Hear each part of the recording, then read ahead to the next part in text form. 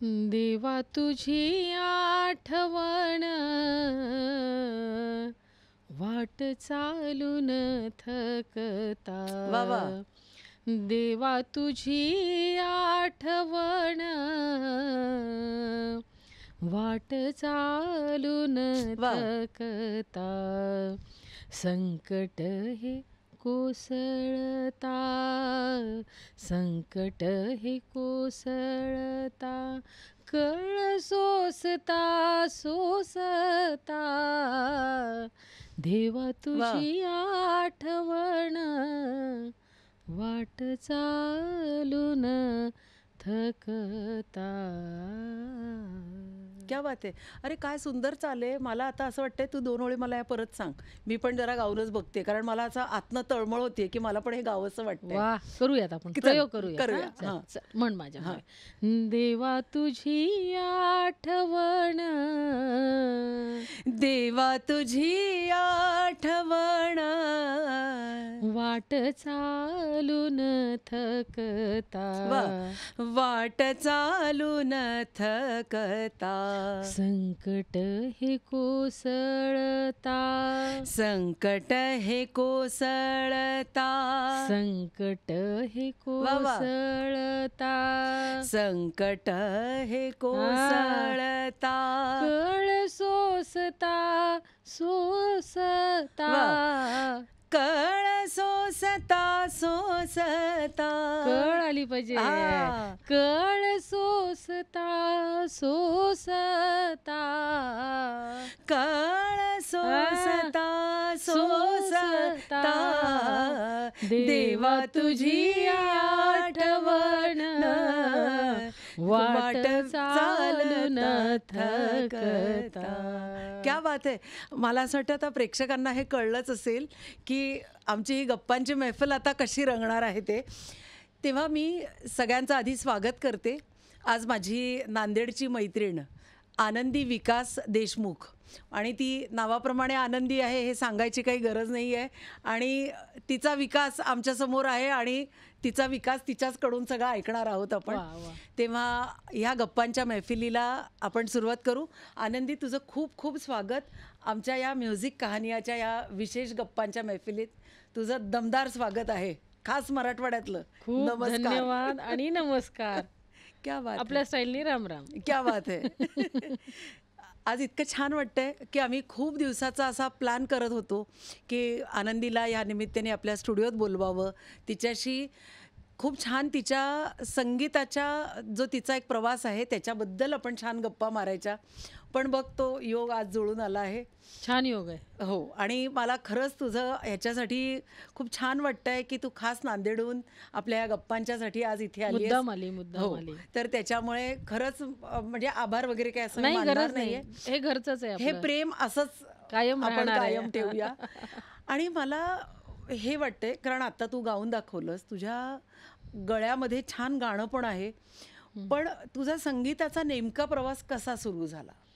संगीताचा प्रवास तुला माहिती आहे आपलं बालपण कसं गेलं की अगदी उन्हाळक्या करत, हो आणि तो प्रवासही तिथूनच घडत गेला. हो. गोंधळी, जोगतिणी, हां. खेड्यातला जन्म, खेड्यातला मुदखेडचा. हं, त्याच्यामुळे तिथे काय व्हायचं की सगळं नवरात्र, हं. मसणजोगी दारावर यायची, त्याची ती घंटा, अच्छा. पुन्हा गोंधळ ऐकायचो आम्ही. बरं.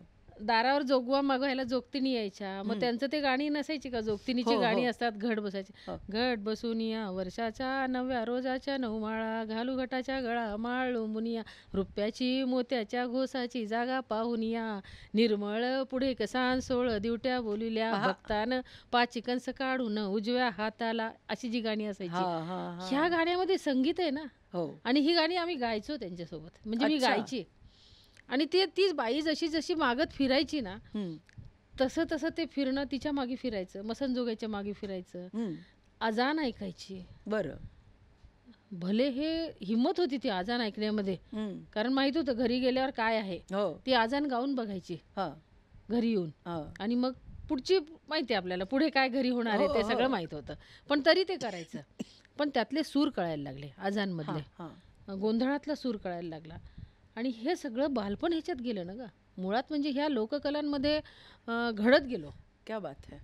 आणि त्यातनं मग इथे ते संगीत आतमध्ये येत गेलं. आणि ते कळत न कळत मग वयाचं एक 7-8 वर्षाचं 10 वर्षाचं वय असताना आपले अण्णासाहेब गुंजकर नांदेडचे, हो. ज्यांनी मराठवाड्याला संगीताचं दान दिलं किंवा दान दिलं. संगीतच सुरू केलं, बरोबर ज्यांच्यामुळे आहे. संगीत मराठवाड्यात आलं, त्यांचे शिष्य माधवराव कांजळकर. हो.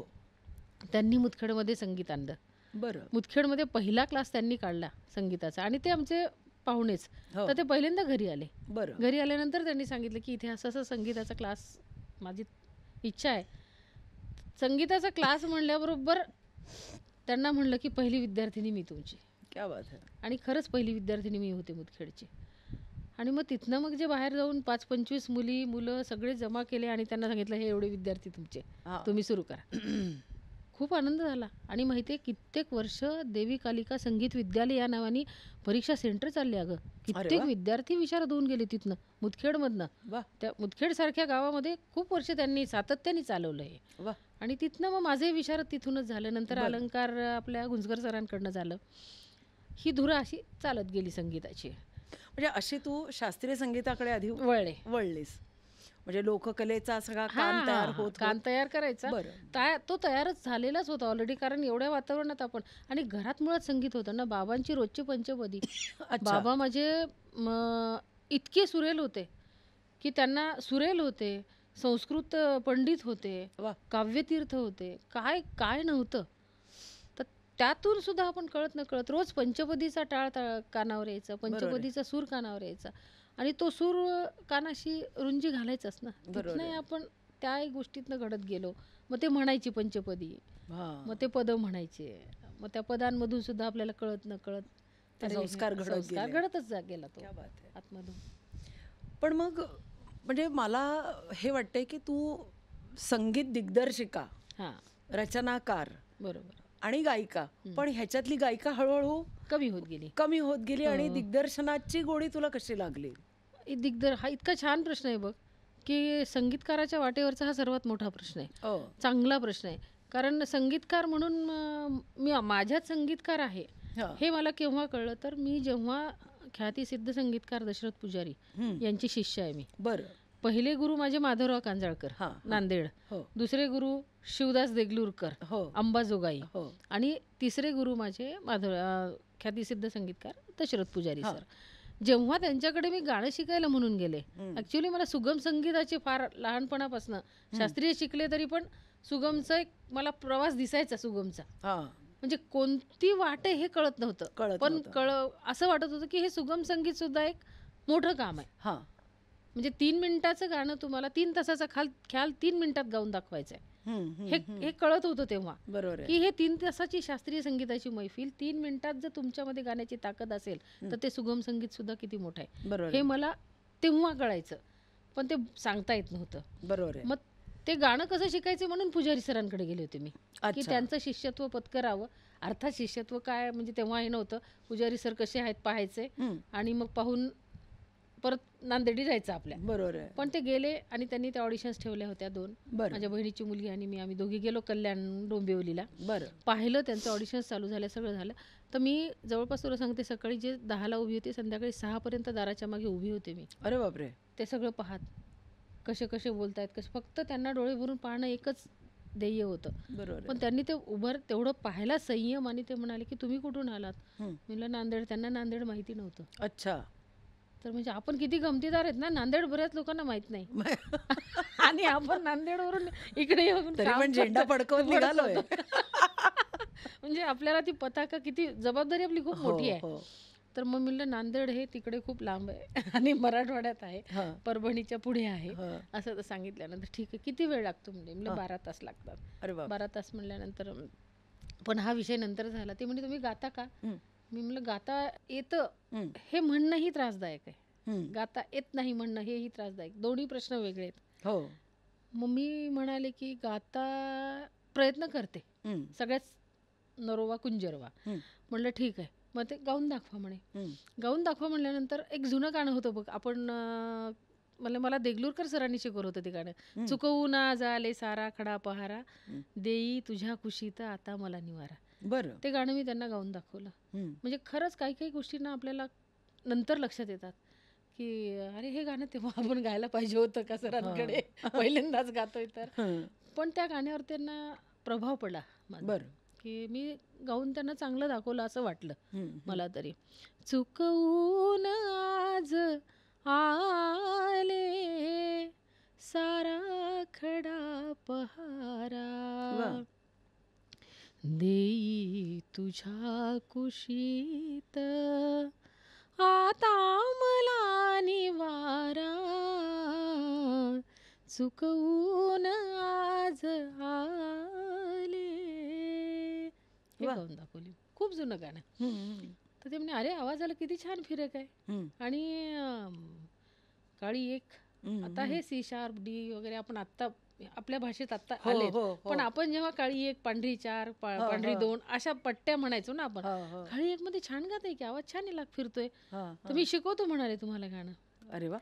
म्हणलं मी शिकवतो गाणं, मग मुंबई नांदेड हां. हा एक मोठा प्रवास आहे ना. हं, हं. मग मी बाहेर आले आणि लँडलाईनवरनं विकासला फोन केला हं, आणि विकासला सांगितलं की असं असं म्हणतायत, कसं करू. हं.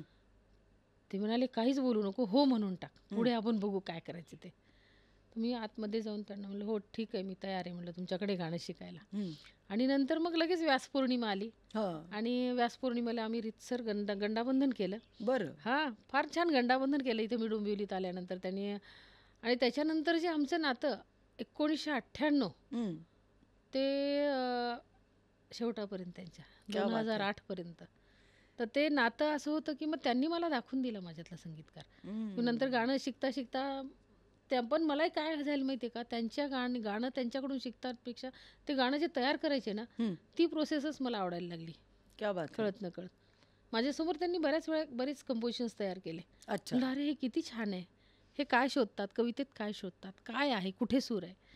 तर तो जो काही तो मार्ग होता तो फार आवडायला लागला. आणि मग मी नांदेडला जाऊन काहीतरी छोटं छोटं करायला लागले त्याच्यावर. हां, त्याच्यात एक पहिली रचना केली मी. हं, हं. ती पहिली रचना अशी झाली की लाचारांच्या राऊळात या हं. केवढी आरास वाह! आहे, गाभाऱ्यात देवळाच्या हं. पण ती उदास आहे. वाह! लाचारांच्या, ही रचना पहिली माझी. हं, हं. ही रचना केली आणि अण्णांकडे गेले मी, अण्णा म्हणायची मी त्यांना. हं. तर त्या दिवशीची आमची शिकवणी झाली हं. आणि शिकवणी प्रवास अगं बघ ना, महिन्यातनं हं. किमान 2-3 चक्रा, 12 तासाचा प्रवास. इथे आल्यानंतर बहिणीचं घर होतं, ती डब्बा तयार ठेवायची माझा हं. आणि तो उचलायचा आणि क्लासला निघून जायचं. हं. हे एवढी सोय होती.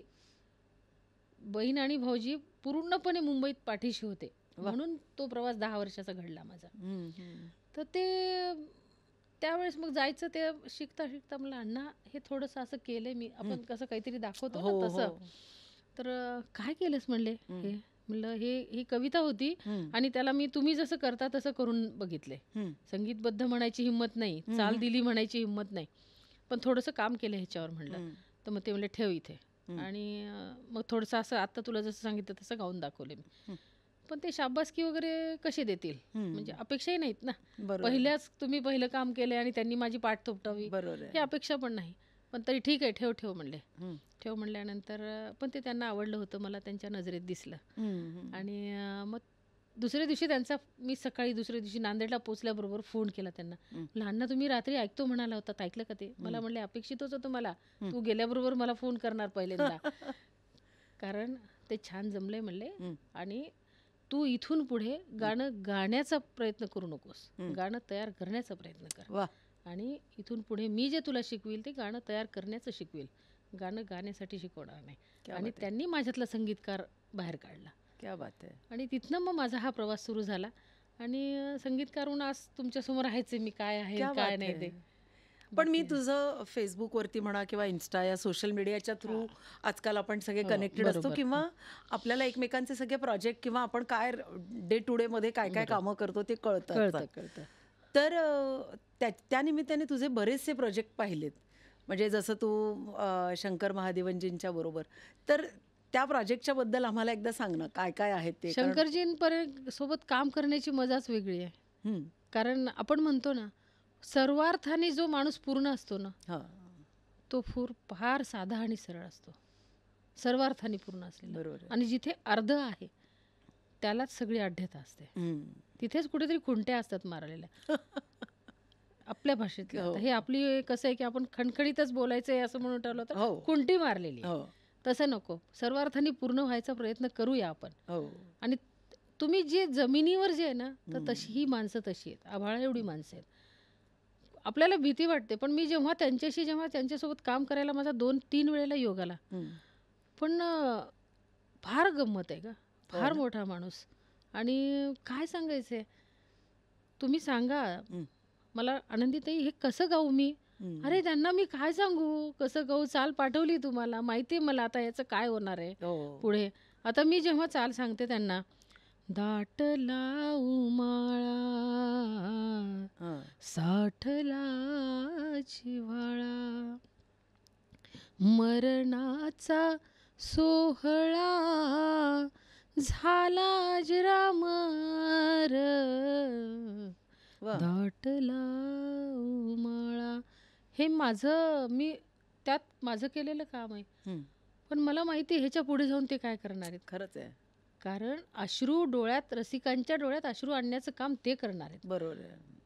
संगीतकार एक छानशी व्याख्या मी फार प्रत्येक ठिकाणी सांगते. मला ते माझ्या मनाला झालेली आहे ती तयार, की कविता ही कवीची मुलगी असते. हं. हं. संगीतकाराची ती सून असते. क्या बात है! कारण तो सजवतो सगळं. आपल्याकडे नवरी येताना तिला सजवून घरी आणतो आपण. हो, हो. आणि सारथ्य करायचं म्हणजे नवरा-नवरी ते त्या गायकांच्या हवाली करून टाकायचं. बरोबर आहे. त्यांनी ती किती पुढे न्यायची आहे, त्यांचा बरोबर तो गाण्याचा संसार किती समोर न्यायचा आहे, ते गाणं घेऊन जायचे, ते त्यांच्या ह्याच्यात आहे. बरोबर आहे. तर हे काम मी सजवून ठेवलं होतं. हां. पण पुढचं जे काम ते करतात ना, गायक आणि गायिका, हां. हे तूही गातेसच प्रोफेशनी. व्यावसायिक तूही गातेस. तुला माहिती आहे की तुला रंग भरण्याचं काम कसं करायचंय बरोबर आहे. कवितेमध्ये किंवा संगीत दिलेल्या रचनेमध्ये रंग भरण्याचं काम तुला चांगलं जमतं. बरोबर आहे. तर त्यामुळे तुला वेगळं सांगायची गरज नाही.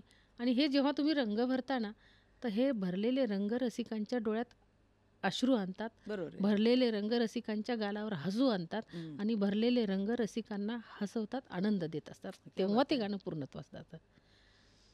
म्हणजे असे तुझे त्यांच्याबरोबर खूप छान. खूप छान सर. महालक्ष्मी अय्यर आहे, प्रियांका बर्वे आहे, सावनी रवींद्र आहे, ऋषिकेश रानडे आहे, वाह! अजित कडकडे आहेत, आशा खाडीलकर आहेत. किती नावं. अंकिता जोशी आहे. वाह! म्हणजे ह्या सगळ्यांच्याकडनं काम करून घेतानाचा जो आनंद आहे ना, क्या बात है! तो शब्दातीत आनंद आहे.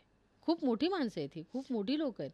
पण तेवढीच ती तुम्ही त्या हाकेला येणारी बरोबर आहे. आणि काम आवडलं तर तेवढ्याच ताकदीने ती काम करणारी. बरोबर आहे. म्हणजे ह्या सगळ्यांच्या बरोबर एवढे प्रोजेक्ट्स हो. तुला करायची खूप संधी 25-30 मिळाली. जवळपास माझे प्रोजेक्ट झाले, अल्बम झाले. बरं. 400च्या वर आज 500च्या घरात माझ्या रचना संगीतबद्ध झाल्यात. वाह! थीम सॉंग्स माझे एक जवळपास 8-10च्या जवळपास थीम सॉंग्स झालेत. बरं. खूप ह्या बालगीतं कितीतरी झाली की. अरे वाह! आता मी नवीन प्रोजेक्ट करते सलग 50 कवितांचा, जो लहान मुलांसाठीच आहे. बरं. 50 कविता करते आता. म्हणजे आता वर्गातल्या लेकरांना कविता वाचण्याची गरज नाही. ते फक्त कविता आता छान ऐकतील आणि ते पाहतील कविता हो. व्हिडिओमध्ये. तर ते कविताचं आता काम चालू आहे माझं आता. तेच. क्या बात है! म्हणजे हे असे सगळे एवढे मोठमोठे प्रोजेक्ट सध्या तुझ्याकडून आहेत हातावर चालू आहेत. बरं मला एक सांग की तू मराठवाड्यातली पहिली संगीत दिग्दर्शिका म्हणून आज तुझ्याकडे खूप आदराने आम्ही सगळे बघतो. तर तो प्रवास तू आत्ताच सांगितला आहेस की दशरथ पुजारींच्या मार्गदर्शनाखाली किंवा त्यांचं शिष्यत्व पत्करून कसा सगळा छान चालला. पण तुला काय वाटतं म्हणजे मराठवाड्यातलं संगीत आपण जे करतो तिथल्या संगीत दिग्दर्शिका म्हणजे तिथल्या येणारे चॅलेंजेस आणि इकडे येणारे चॅलेंजेस ह्याच्यात तुला काही असं. स्पर्धेचं युग आहे मा. हो. मराठवाडा असो, महाराष्ट्र असो, कुठेही असो कुठेही असो, माणसं तीच स्पर्धेला आहेत. माणसं सगळीकडे सारखीच राहणार. बरोबर आहे. फक्त आपली वाट आपल्याला शोधता आली पाहिजे. हम्म. आणि वाटेवर जे आपण चालतोय ना, तर त्यात आपल्यातला चोखपणा हम्म. आणि तो आत्मविश्वास जर तुमचा कुठे ढळलेला दिसला, हम्म. तर त्या रस्त्यात तुम्हाला खडा सापडणार. बरोबर जोवर आपला आत्मविश्वास आपल्यामध्ये येत नाही, हम्म. तोवर आपल्याला रस्ता सापडत नाही. मग मला मुंबईतही काम करायला त्याच्यामुळं आत्ताही मी एवढं मुंबईत काम करते. मला कठीण जात नाही ते. त्याचं कारणच हे आहे, की तुमचं काम जर सच्च असेल ना, तर तुमच्यामध्ये तो आत्मविश्वास येतो. बरोबर तो आहे. यायला पाहिजे. तुझ्या कामाची मी साक्षीदार आहे. हो. तू इथे येऊन आज एवढं छान सगळं तू उभं केलंस. ते उगाच नाही झाले ना. हो. हं? आज कुठेतरी काकांचा त्याच्यामध्ये काय म्हणतो आपण आशीर्वाद. आशीर्वाद हो. आशीर्वादही आहे आणि त्यांनी ते घडवलेलं तुला जे आहे हो. तो आत्मविश्वास त्यांनी दिलेला आहे. तसा माझ्या गुरूंनी, माझ्या कुटुंबानी मला दिलेला आहे पाठिंबा. हा सुद्धा कुठे आपल्या या यशाच्या मागे आहेच ना. हो. आज मागे जर भक्कमपणे कुटुंब पाठीशी असेल हो. तर तुम्ही सरळपणे पोहू शकता. ढकलणारं पाहिजे फक्त कुणीतरी. हो. तर तसाच हा प्रवास आहे, तसाच आहे की आपण खरंच आहे. मराठवाड्यात असो. म्हणजे ही गोष्ट आत्ता मला मान्यच होत नाही. बघ बरेच जण काय होतं की नाही तुम्ही आम्ही मराठवाड्याचे आहेत, आम्ही कुठं जायचंय, आम्ही काय करायचंय. अरे तुम्ही उडी मारायला जर शिकणार नाहीत तर तुम्ही पोहणार कसे? मग मराठवाड्यात असो की महाराष्ट्रात असो का बरोबर जगात कुठे जा, तुम्हाला जर तुम्ही आत्ता मी परवा सावरकर पाहिला तर मी म्हणलं अरे मग हा माणूस कुठे आहे आणि काय करतोय. तर त्याची फक्त ती समुद्रातली जी रेषा आहे ना, ती रेषामध्ये मला सगळं अख्खं विश्व वाटलं. क्या बात आहे. की त्या रेषेमध्ये उडी मारून जो तो समुद्राचा त्या रेषेतला प्रवास आहे तेवढंच विश्व आहे. मग हा जर तुम्हाला घेता आला तर बघ ना तू किती मजा आहे. हाच खरा प्रवास आहे. हाच खरा प्रवास आहे. खरंच आहे. बाकी मग त्याला जागेची गरज नाही. बरोबर आहे. की ते मग आपण नाही, मग मी नांदेडची आहे, तू मुंबईची आहे, पुण्याची भौगोलिक आहे. सीमा काही तशाही काही काही काही काही गरज नाही तशी. आणि तेवढ्या त्या चौकटीत राहण्याची पण गरज नाही. बरोबर आहे. कलेनी चौकटीत कधीच राहायचं नाही. कलेला चौकटच नसावी आणि कलावंताला पण चौकट नसावी. क्या बात आहे. त्याच्या बाहेर त्यांनी जर जग त्याला फिरता आलं तर तो कलावंत आहे. बरोबर आहे. नाहीतर काय मग ते चौकट आपल्या भोवती चौकट आली की आपण तिथे संपलो, थांबलो बरोबर तिथे. चौकटीच्या बाहेरचं जग बघायला जेव्हा तुम्ही शिकाल ना, तो खरा तेव्हा कलावंत. तो खरा कलावंत. तो बिनधास्त फिरा तुम्ही. बरोबर आहे. ती मजा आणि तिथे तुम्हाला मग तुमचे रस्ते सापडत जातील. मला सांग आनंदी की तू एकतर मराठीची शिक्षिका, परत हा संगीताचा तुझ्या एवढा उठाठेव सगळी संगीतातली, त्याच्यानंतर नांदेडला तू देशमुखांचं कुटुंब, देशमुखांचं एवढं शाही देशमुखांचं. हां. त्याच्यानंतर तुझ्याशी मध्ये एकदा असं बोलण्यात आलं होतं की अगं माझा संसार फार मोठा आहे, मी शेती पण पाहते अधूनमधून, हो. त्याच्यानंतर गाईगुरांचं पण सगळं बघते. हो. तर ह्या सगळ्या भानगडीतून तुला प्लस तुझं पुण्यामध्ये एक खूप स्टुडिओ मोठा आहे. हो. रेकॉर्डिंगचा तू स्टुडिओ केलेला आहेस. हो. तर 24 तास तुलाही आहेत, हो. 24 तास आम्हाला पण आहेत. तर हे सगळं जमवतेस कसं? आणि मुख्य मला तुझं स्टुडिओचा प्रवास कसा आहे त्याच्याबद्दल समजून घ्यायचंय. म्हणजे तू स्वतः करतेस की स्टुडिओ कोण बघतं? सुरुवातीच्या टप्प्यापासून जाऊ आपण. येस. मी शिक्षिका आहे. शिक्षिका या नात्याने मी 25,000 विद्यार्थ्यांचं समूह गाण घेतलं. बापरे. हा एक खूप मोठा नोंद झालेला हा प्रयोग झाला माझ्याकडनं बरं 2010 मध्ये. बरं. जेव्हा महाराष्ट्र राज्याला सुवर्ण महोत्सवी वर्ष होतं, हो. तर त्या काळातलं ते समूहगानचा कार्यक्रम नांदेडला होता. बरं. आणि ते 25,000 विद्यार्थ्यांना संगीत दिग्दर्शन करत 25,000 विद्यार्थ्यांचं समूहगान घेण्याचं तत्कालीन जिल्हाधिकारी श्रीकर परदेशी, CEO श्रावण हर्डीकर आणि SP संदीप कर्णिक सर बरं. आणि आम्ही असं सगळ्यांनी मिळून तो कार्यक्रम प्रोजेक्ट आणि तो यशस्वी केला. क्या बात आहे. आणि ती खूप मोठी नोंद झाली त्याची शासन दरबारी. वा. त्याच्यानंतर दुसरं म्हणशील तर माझं कुटुंब आहे. मी माझे वडील शिक्षक, आम्ही बहीण भावंड सगळे, तुला माहीतच आहे, माझी माहेरची फॅमिली माहितीच आहे. हो. तर त्याच्यामध्ये तिकडनं मी देशमुखांच्या घरात आले. हां. त्यांच्यात माझे सासरे म्हणजे खानदानी देशमुख. बरं. डामडौल त्यांचे उभं राहण्यातनं पाहिल्याबरोबर तो माणूस असा इम्प्रेसिव्ह पाहिल्याबरोबर दिसायचे की अरे ये कुछ तो भी आहे असं. हां.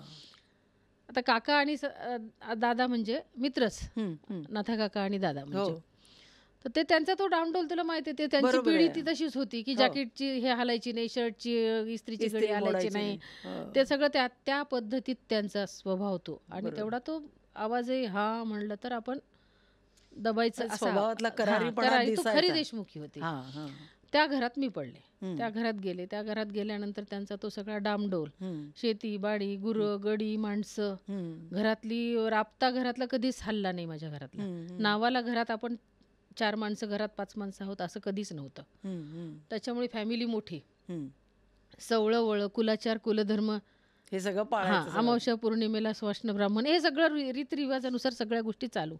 ते पण सगळं चालू ठेवलं. ते पण सगळं फक्त सासूबाईंच्या आणि माझ्या करण्यामध्ये एक बदल मी हे केला की मी ह्या गोष्टी आपण म्हणतो ना एक फाईल कंप्रेस करायची, ती मी संसारात कंप्रेस केली. क्या बात आहे. कुलाचार मी एवढा न ठेवता एवढा केला. बरोबर आहे. तो 3 वाजता न जेवता तो 7 वाजता जेवायचा ठेवला, 8 वाजता जेवायचा ठेवला. पण तो आता त्या चालू ठेवलं ते प्रकार आजही चालू आहेत. पण ते आपल्या पद्धतीत बदल केले त्याच्यामध्ये. कारण ते आता अजूनही त्या 85 वर्षाच्या आहेत, त्या समोर आहेत. त्यांचं लक्ष सारखं त्या ओट्याकडेच असतं बाहेर जरी असलं तरी. तर ते लक्ष कळतं ना आपल्याला, डोळे त्यांचे काय सांगतात ते. पण तो मी म्हणजे छोटा करून ते करायचं, कारण मलाही माहिती मला पुढे सुनेला काय द्यायचे ते. बरोबर आहे. तर त्याच्यामुळे त्या पद्धतीत विचार करून ह्या गोष्टी मी इथपर्यंत घडवत आले. गाई, गुरं, शेती, बाडी ह्या ज्या सगळ्या गोष्टी आहेत, तर ह्याचं सगळं कॉन्ट्रॅक्ट विकास बघतात. ते सगळं करतात. ते पण करतात याचा अर्थ नाही की कारण आपल्याला त्यांच्या पाठीशी कुठेतरी थांबणं गरजेचं आहे. काय करायचे किंवा ते काय करतात तिथे, तर ते सुद्धा आपण त्यातही थोडंसं लक्ष द्यावंच लागतं. कारण शेवटी कसं आहे की ह्या गोष्टी सगळ्या घर असेल किंवा काही असेल, त्यांचं काम असेल बाहेरचं, टीमवर्कच आहे. आणि त्याच्यातही दोघं एकमेकांच्या सोबत पाहिजेत. कुठेही काम करा तुम्ही, त्यांचंही असेल किंवा दोघंही नवरा बायको, आपण जेव्हा कामं वेगळ्या वाटा शोधून करतो तर दोघंही एकमेकांच्या सोबत घट्ट असलो ना की मग सगळीकडची कामं होतात, सहज होतात. बरोबर आहे. तसंच ते काहीच आहे. आणि स्टुडिओच्या बाबतीत तर म्हणशील तर तो आपला मोठा विषय आहे. पुण्यामध्ये खूप मीडिया वर्क्स नावाचा स्टुडिओ आहे वारजेमध्ये. आणि तो स्टुडिओ मुलगा पाहतो माझा. आणि त्याची गंमत आहे ॲक्च्युली, त्याला तो संगीतात येईल नाही येईल माहीत नव्हतं. बरं. कारण मी माझा नवरा आणि माझी मुलगी क्लासिकलची डान्सर्स आहे, भार्गवी, तुम्हाला सगळ्यांना माहीतच आहे. तर ते आम्ही तिघं एकत्र असायचो आणि तो वेगळंच ऐकायचा. म्हणजे त्याचा कॉलेजचा काळ संपेपर्यंत कधीतरी असं वाटलं की अरे हे काय टेन्शन येईल आपल्याला, की हा खरंच येतो का नाही आपल्यामध्ये. पण गंमत अशी झाली हे मा की त्याचा कान इतका तयार झाला आणि तो प्रचंड सुरेल आहे. बरं. त्याला लगेच कळतं की काय इथे हे काय चालू आहे आणि हे इथनं काय काढायचं यातनं, ते बरोबर काढतो तो. तर त्या गोष्टीने तो पुण्यात त्यांनी 2 नोकऱ्या चांगल्या लागलेल्या, चांगल्या पोस्टच्या नोकरी त्यांनी सोडून दिल्या. एकीकडे 8 दिवस नोकरी केली, एकीकडे 4 दिवस नोकरी केली आणि राजीनामा दिला. आई म्हणला संपली नोकरी. तरी पण आम्ही दोघं काही बोललो नाही. तुम्हाला जे आम्ही मुलांना पूर्ण स्वातंत्र्य दिलं. कलाक्षेत्राशी त्यांचं जे आहे त्याच्यामध्ये विरोध झाला, फॅमिलीमध्ये विरोध झाला. पुढे मुलं वाया गेले तर काय, आता एक तुला माहिती आहे आपल्याकडची टेंडन्सी काय ते. पण मुलांवर आमच्या दोघांचा पूर्ण विश्वास होता. पण आज आता कसं एका उंचीवर मुलं आहेत ना, मग आज त्याच फॅमिलीतले सगळे म्हणतात अरे बापरे आता यांची मुलं कुठे आहेत म्हणून. बरोबर. तर हे माहितीच होतं की हे उद्या हे असं होणार आहे, कारण जो रस्ता आहे पकडला तो मुलांनी चांगला आहे. बरोबर आहे. मग त्याच्यामध्ये मग त्यांनी शोधत मग त्यांनी मग नंतर मग 6 महिन्याचा गॅप घेतला पूर्ण. 6 महिने फक्त त्यांनी विचार केला आणि मग त्यांनी लंडन युनिव्हर्सिटीचा साऊंड इंजिनियरचा कोर्स केला. आधी डिप्लोमा केला 10 महिन्याचा आणि त्यातनं मग इंटर्नशिप काय देत तो त्या युनिव्हर्सिटीशी जॉईन झाला. तो कोर्स केला आणि मग त्या कोर्सच्या नंतर त्यांनी स्वतःच पूर्ण आता साऊंड इंजिनियर म्हणून आणि सगळं आपलं प्रोडक्शन हाऊसच चित्रबोली क्रिएशन या नावाने सुरू केलं आहे. क्या बात है. हो. आणि पुण्यात छान अगदी आता त्यातनं डायरी ऑफ विनायक पंडित हा सिनेमा पण बाहेर आला की ज्याला नॅशनलचे 2 अवॉर्ड पण मिळाले त्या पहिल्याच सिनेमाला. बाकी खूप सिनेमा, फरजंद आपल्याकडे झाला, खोपा आपल्याकडे झाला, शेंगदाणा आपल्याकडे, खूप चित्रपटही खूप झाले, बस्ता आपल्याकडे झाला. अरे वा. ही सगळी चित्रपट आपल्या स्टुडिओतली आहेत. तर काम खूप छान मस्त चालू आहेत. कारण मी मीडिया वर्क्सचं खूप बघतो आम्ही की खूप छान नाव आहे आणि वेगवेगळे प्रोजेक्ट्स आहेत, त्यानिमित्ताने छान छान ऐकायला येतात. म्युझिकलचं आणि हे सगळं बघून ना इतकं छान वाटतं की अरे म्हणजे मलाही असं खूप अभिमान, अरे माझ्या मैत्रिणीचं आहे, आपलं वाटतं ते. असंच मला आज आत्ता इथे आल्याबरोबर असंच झालं ना, अरे हे आपलं आहे. हे केव्हा होतं की आपलं कुठेतरी एकत्र लहानपण गेलंय. बरोबर. आणि मुळात आपल्या कुटुंबाने कधी वेगळेपण जाणवू दिलं नाही. बरोबर आहे. हेही त्याच्या मागची कारण आहेत. म्हणून आपण अजूनही दूर जरी असलो तरी एकत्र एका ठिकाणी केव्हा तरी भेट झाल्यानंतर बोलताना ते पुन्हा घट्ट पण येतं ते नातं. खरंच ते आहे. ते जात नाही कुठे नाही जाणार. आणि ते जाणार नाही कुठे. तेच तर, त्याच्यामुळेच तर, म्हणून तर आपली पाळंमुळं एका ठिकाणी रुजलेली आहेत खरे ती खरे अशी. खरे खरे मला सांग, आता आपण बोलण्याच्या ओघात आपण मीडिया आर्ट्सच्या बद्दल बोललोय, म्हणजे मुलाच्या बद्दल आपण बोललोय.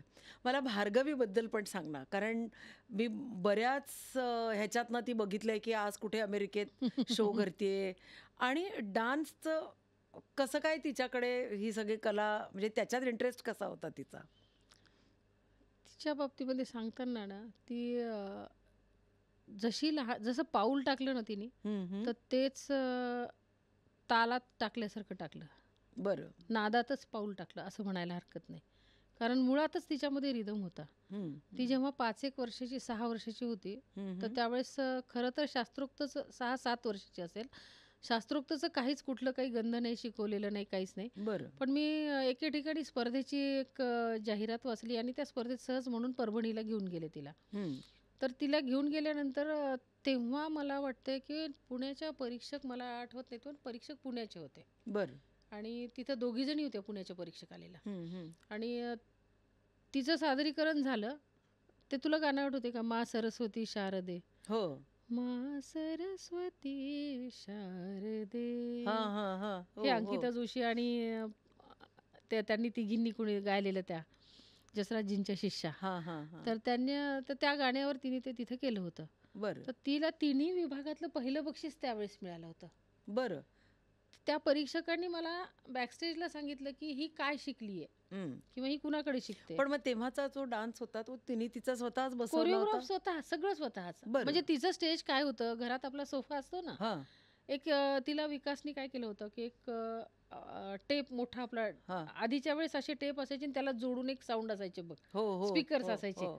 स्पीकर उंच हो. आणि टेप छोटा हो, मध्ये. हो. तर तसा त्यांनी आणून दिला होता तिला. बरं. मग तिचे छोटे छोटे कॅसेट्स आणायचो आम्ही. हं.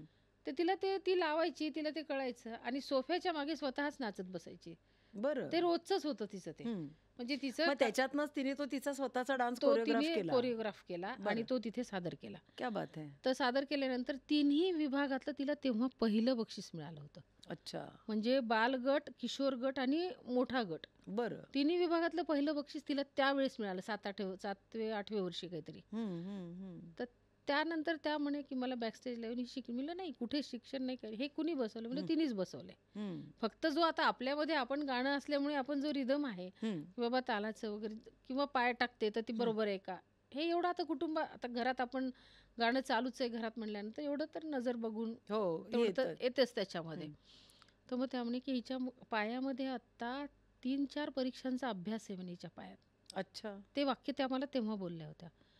तर मग नंतर शोधायला मग नांदेडमध्ये मग रमा करजगावकर म्हणून त्यांच्याकडे क्लासला काही वर्ष होती.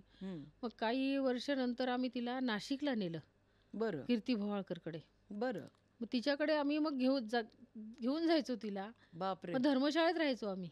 अरे बापरे. हां, कारण तेव्हा परिस्थितीच्या दृष्टीने असो किंवा काही, लॉज वगैरे ह्या सगळ्या गोष्टी आम्ही 4-4 दिवस राहायचो. बरोबर. तर ते कसं शक्य आहे 4-4? आणि पुन्हा शिक्षणाचं शेवटी कुठेही गेलो तरी प्रश्न आलाच ना, त्या आर्थिक बाबतीत आपण महिन्यातनं एवढा खर्च लॉजवर करणे एवढं काही मोठे ना, एवढं नाही करू शकत आपण तेवढं.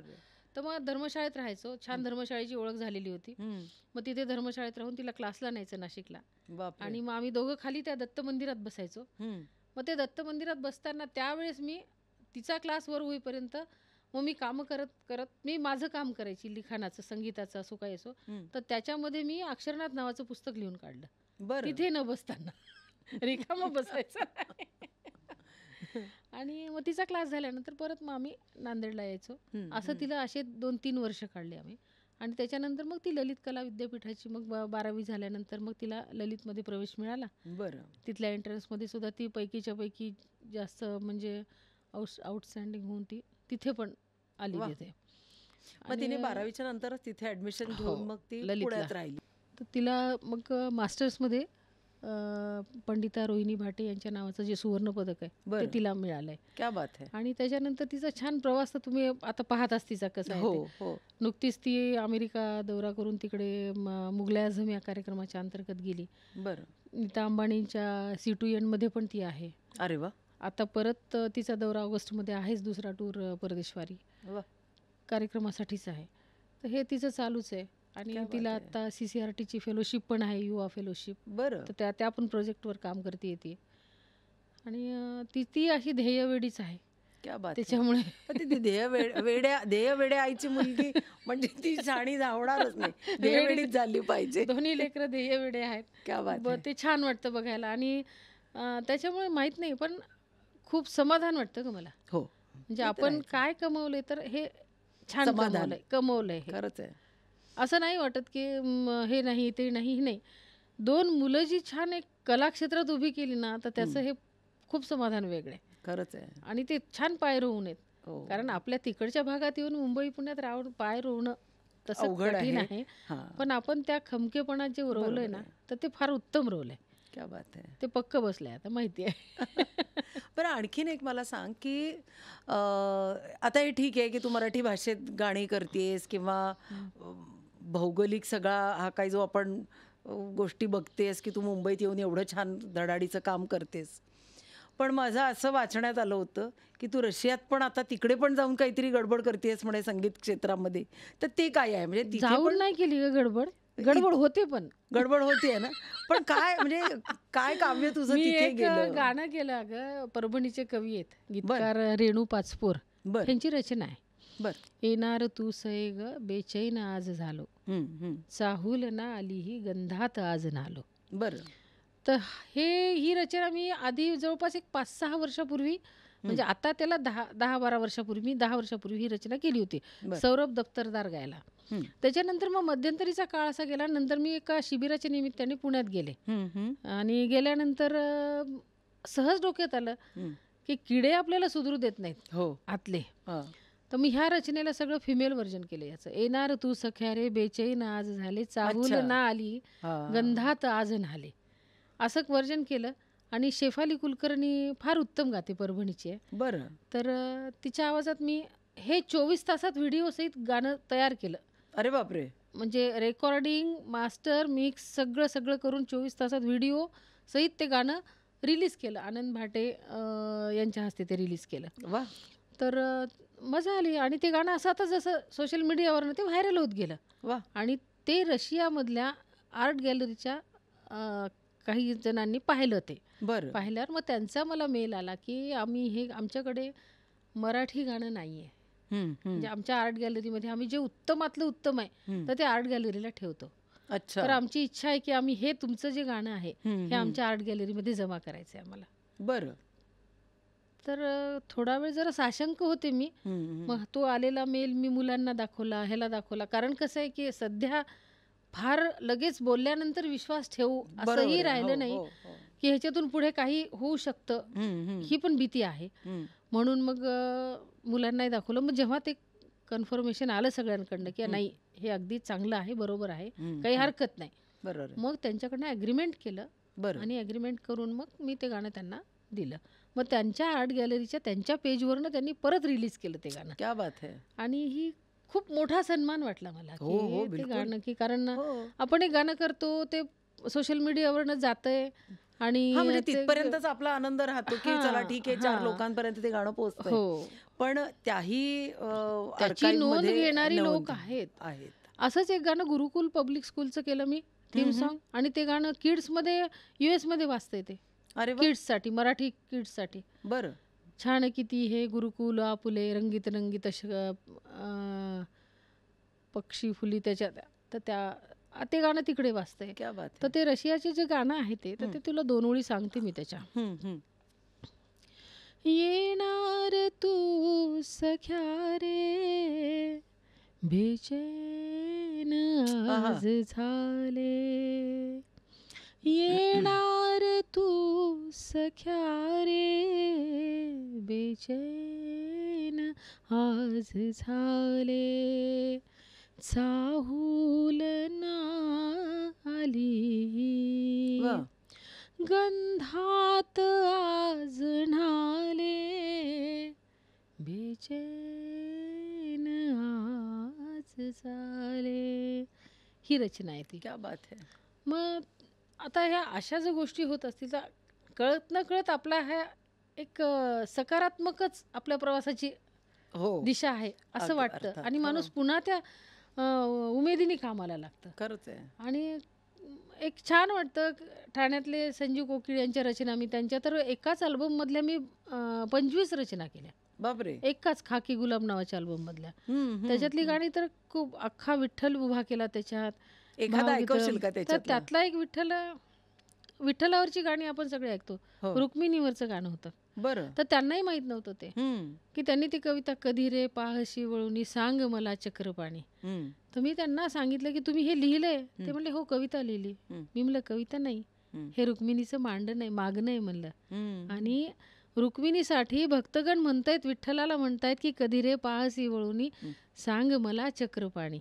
एक रुक्मिणीचं कळकळीची विनंती, अरे किती दूर बसलास तू जाऊन हो. आणि मी इथं बसलेली पण तुला वेळ नाही भक्तांमध्ये बघायला माझ्याकडे. हम्म. अशी ही रचना, सुंदर रचना क्या आहे. बात है. ती रचना अशी आहे.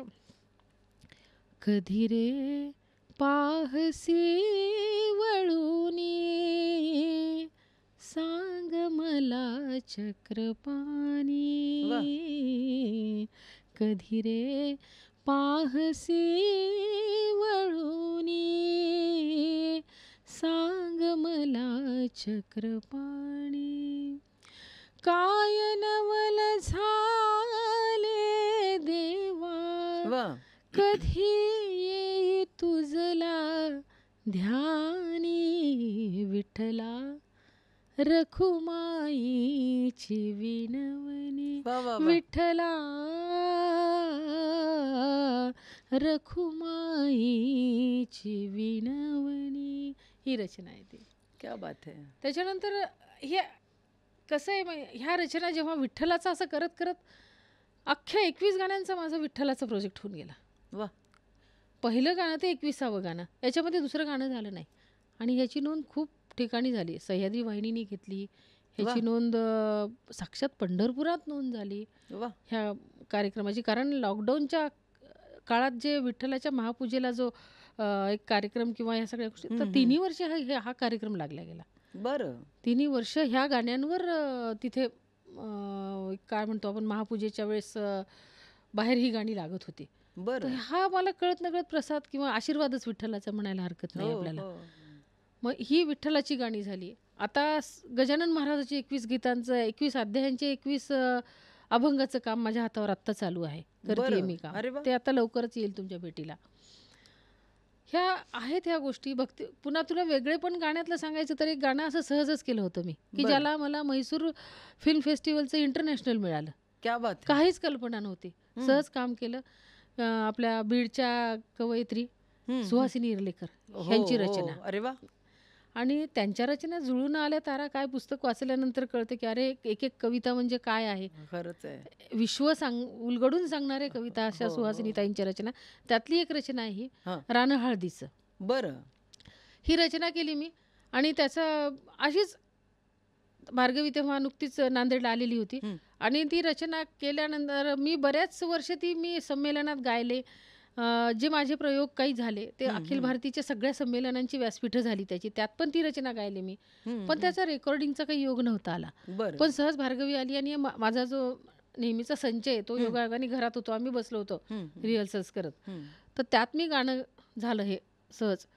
रान हळदीचा हळदीचा आलया भरात भारी. आहा. नको झोकात ग डौलात ग चालूस नादात पोरी. रान हळदीचं. वा. हे गाणं रिहर्सल झाल्याबरोबर डोक्यात आलं, अरे हे गाणं आपण रेकॉर्ड करूया का. तर मग भार्गवीला म्हणलं आपण शूटिंग करायचं का, ह्या गाण्याचं शूट करायचं का. ती म्हणाली हो करूयात. तुला सांगते अगदी 48 तासात गाणं रेकॉर्ड, गाणं सगळं तयार, व्हिडिओ शूटिंग सगळी. मग देशमुखांच्या मळ्यात वा. हळद, तरारलेली हळद होती. क्या बात आहे. त्या हळदीच्या रानामध्ये मस्त शूटिंग झालं. घरचंच शेत, घरचंच लोकेशन, क्या बात है.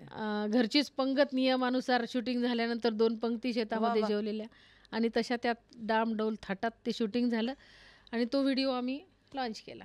क्या मग बात त्या है. व्हिडिओला नंतर मग स्मृतिगंधनी पण लॉन्च केला बरं. आणि मग म्हैसूरच्या फिल्म फेस्टिवल्समध्ये हं. म्युझिकल व्हिडिओ असं एक ऑप्शन होतं म्हणून मी तो पाठवून दिला हं, हं.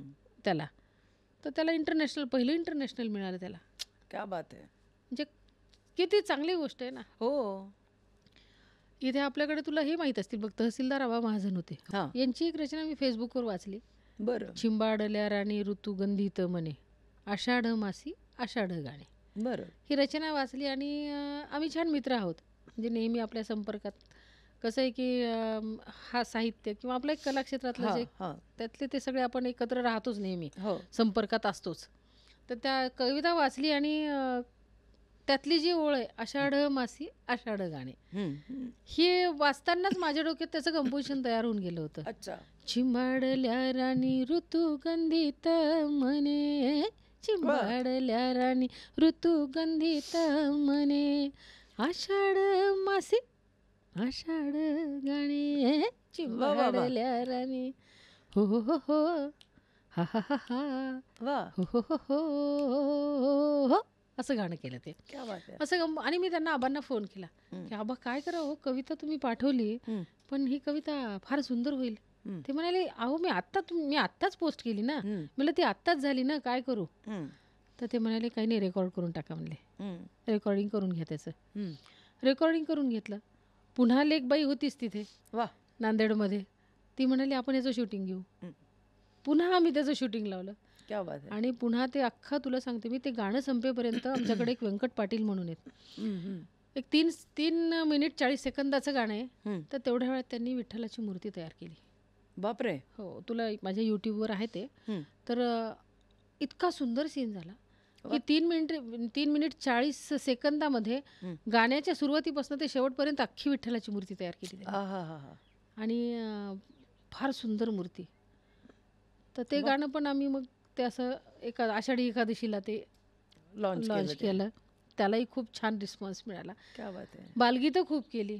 बरं. बालगीतं त्याच्यामध्ये खूप बालगीतं अशी, सुट्टी सुट्टी सुट्टी हवी रोज शाळेला वा. सुट्टी, सुट्टी सुट्टी सुट्टी हवी रोज शाळेला सुट्टी, रोज शाळेला सुट्टी, रोज शाळेला सुट्टी, लल्ला लल्ला लल्ला लल्ला लल्ला लल्ला लल्ला लल्ला.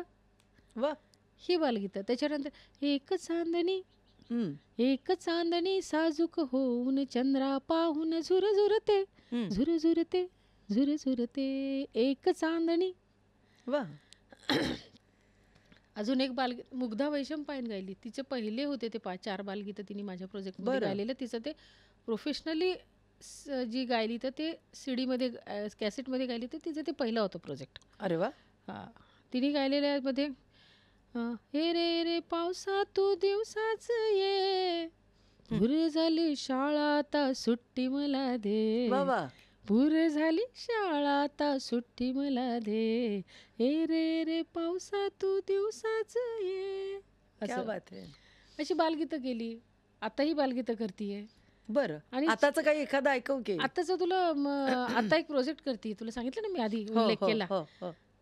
त्यातलं बालगीत म्हणजे डिंग डिंग डिंगोरी डिंगोरी भिंग भिंग भिंगोरी, हा. डिंग डिंग डिंगो. आता ही कविता वाचताना कशी वाचणार आहेस तू? डिंग डिंग डिंगोरी बिंग बिंग बिंगोरी. हं. कविता वाचताना किती जड पण वाटतं, हं. दगड उचलल्यागत हो काहीतरी, हो हो पण किती सहजता आहे. हो. डिंग डिंग डिंगोरी डिंगोरी भिंग भिंग भिंगोरी, आहा. डिंग डिंग डिंगोरी भिंग भिंग भिंगोरी, घर घर सायकल घरभर फिरली, आहाहा. ट्रिंग ट्रिंग सायकल घरभर फिरली, चालता चालता धपकन पडली, डिंग डिंग डिंगोरी वा वा वा. डिंगोरी भिंग भिंग भिंगोरी. हे झालं रेकॉर्ड की अजून हे व्हायचं? करायचंय ग, व्हायचंय पुढचं. अरे आता वा. उद्यापासून सुरू आहे हे सेशन. क्या हे बात है. 50 कविता आहेत बरं. आणि मजा आहे.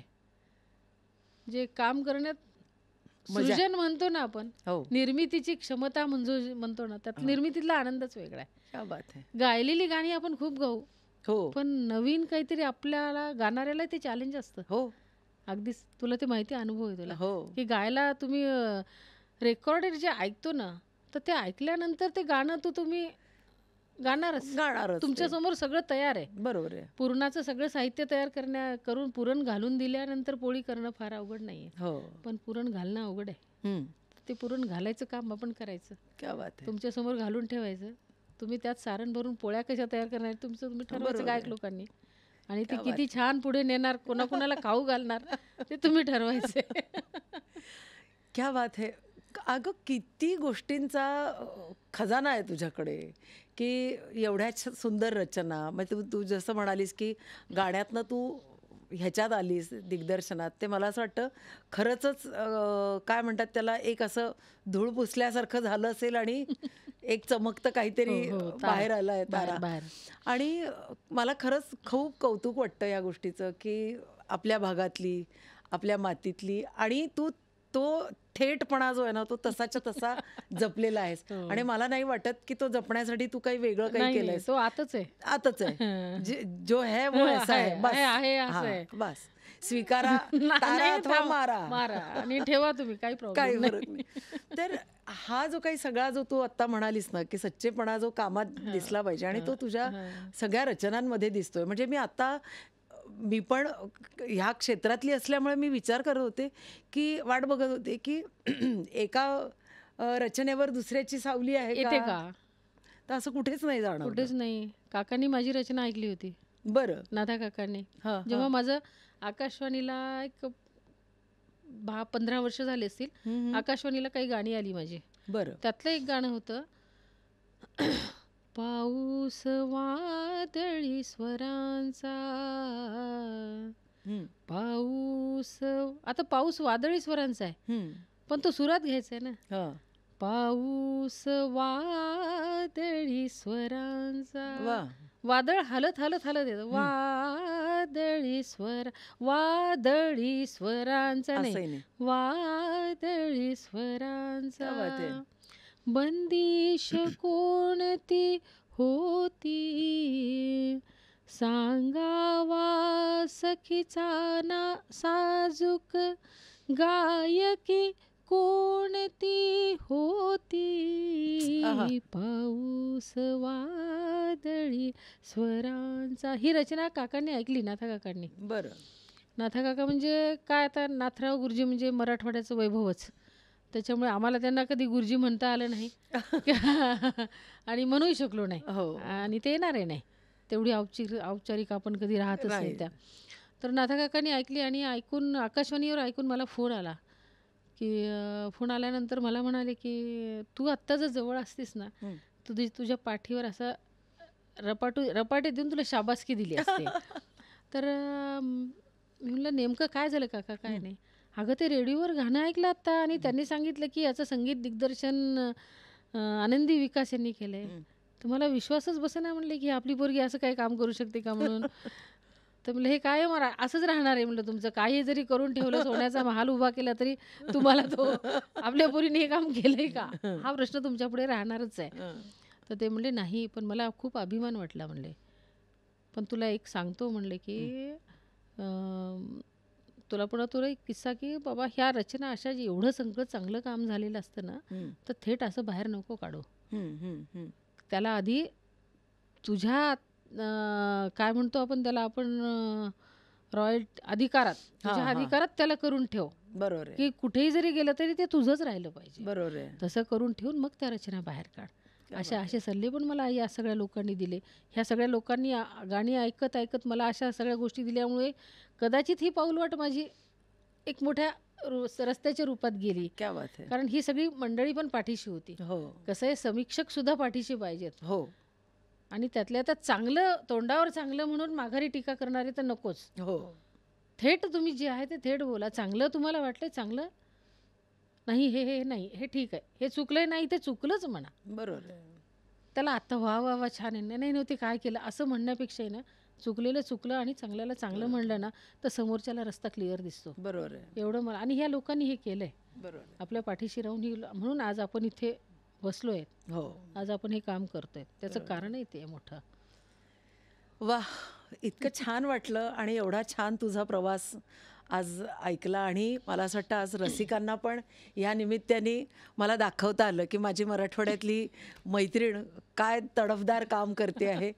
आणि हाच नेमका आमचा उद्देश आहे म्युझिक कहानिया ह्या हो, फार छान. आमच्या एपिसोडचा किंवा पॉडकास्टचा, की काय आहे की संगीतकार होत असतानाचा जो जो प्रवास आहे, तर तो प्रवास आम्हाला रसिकांच्या समोर आणायचा आहे.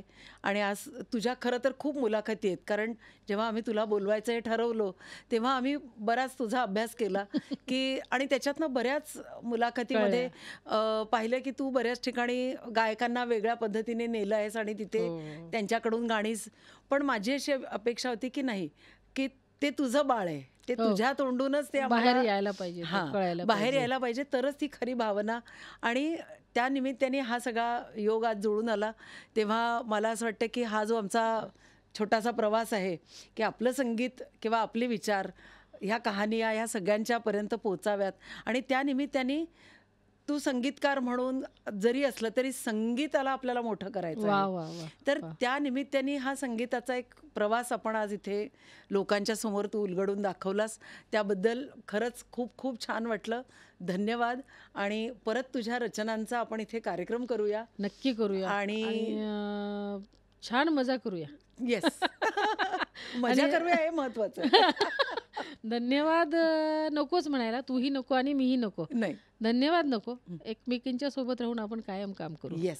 हे सगळ्यात मोठी गोष्ट आहे. येस. आणि मस्त. मस्त करूया असं काम. तेव्हा रसिक हो, ह्या इतक्या छान एपिसोडला तुम्ही लाईक करा, शेअर करा आणि सगळ्यात महत्त्वाचं म्हणजे सबस्क्राईब करा. Yes. कारण त्याच्याशिवाय हे 10 लोकांच्यापर्यंत पोहोचणार नाही पोहोचणार आमचं नाहीये. काम. तेव्हा परत भेटूया एका नवीन कलाकारांच्या बरोबर. Thank you so much. थँक्यू. धन्यवाद.